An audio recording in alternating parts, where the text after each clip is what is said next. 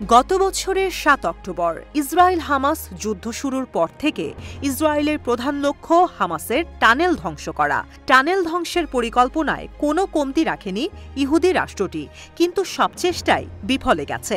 হামাসের টানেল ধ্বংস করার জন্য কি করেনি তারা?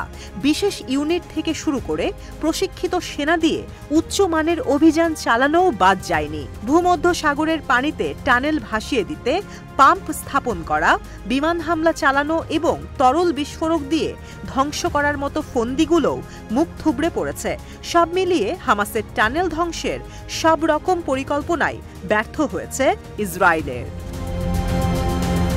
এদিকে নিউ ইয়র্ক টাইমসের এক প্রতিবেদনে বলা হয়েছে, গাজায় হামাস যে ভূগর্ভস্থ টানেল তৈরি করেছে তা ইসরায়েলের সামরিক অভিযানকে উল্লেখযোগ্যভাবে জটিল করে তুলছে। ইসরায়েলি সেনাবাহিনীর একজন মুখপাত্রের বরাত দিয়ে সংবাদপত্রটি লিখেছে, হামাস সুড়ঙ্গের মধ্যে লুকিয়ে আছে এবং সেখান থেকে অনেক যুদ্ধ পরিচালনা করছে, যা এই যুদ্ধকে আরও দীর্ঘায়িত করছে। নিউ ইয়র্ক টাইমস জানিয়েছে, গত ৭ অক্টোবর হামাসের হামলার আগে ইসরায়েলি বিশেষজ্ঞরা ধারণা করেছিল গাজায় ভূগর্ভস্থ টানেলের মোট দৈর্ঘ্য হতে পারে ৪০০ মিটার, কিন্তু এখন তাদের ধারণা সেটি ৮০০ মিটারও হতে পারে। কিছু টানেলের গভীরতা ৭৫ মিটারের বেশি, যা একটি ২৫ তলা বিল্ডিংয়ের উচ্চতার সমান। একজন ইসরায়েলি সামরিক কর্মকর্তা জানিয়েছে, হামাসের পুরো টানেল নেটওয়ার্ক ধ্বংস করতে কয়েক বছর সময় লাগতে পারে। এ প্রসঙ্গে নিউ ইয়র্ক টাইমস লিখেছে, এর আগে ইসরায়েলের সামরিক বাহিনী প্রতি কিলোমিটারে ১৬ টন বিস্ফোরক দিয়ে টানেল ধ্বংস করছে এমন ভিডিও প্রকাশ করেছিল।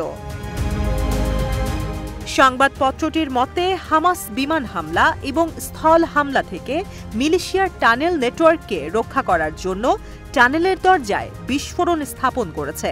গাজা উপত্যকায় হামাসের নেতা ইয়াহিয়া সিনওয়ার এই পদক্ষেপের অনুমোদন দিয়েছে। এর মধ্যে কিছু টানেল যোগাযোগের মাধ্যম হিসেবেও কাজ করছে। সুড়ঙ্গ ব্যবস্থা হামাসের যুদ্ধ পরিকল্পনার একটি অপরিহার্য উপাদান বলে সংবাদপত্রটির প্রতিবেদনে উল্লেখ করা হয়েছে।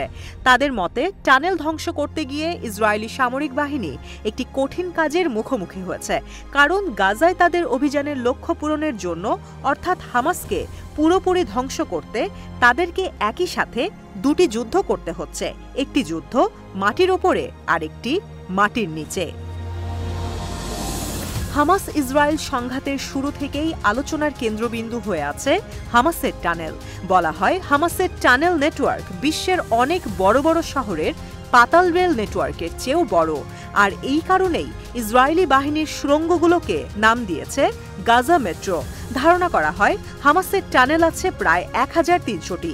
হামাসের সাথে সাথে এসব টানেলও পুরোপুরি ধ্বংস করে ফেলতে চায় ইসরায়েল। কিন্তু আসলেই কি এসব টানেল নেটওয়ার্ক সম্পূর্ণ ধ্বংস করা সম্ভব?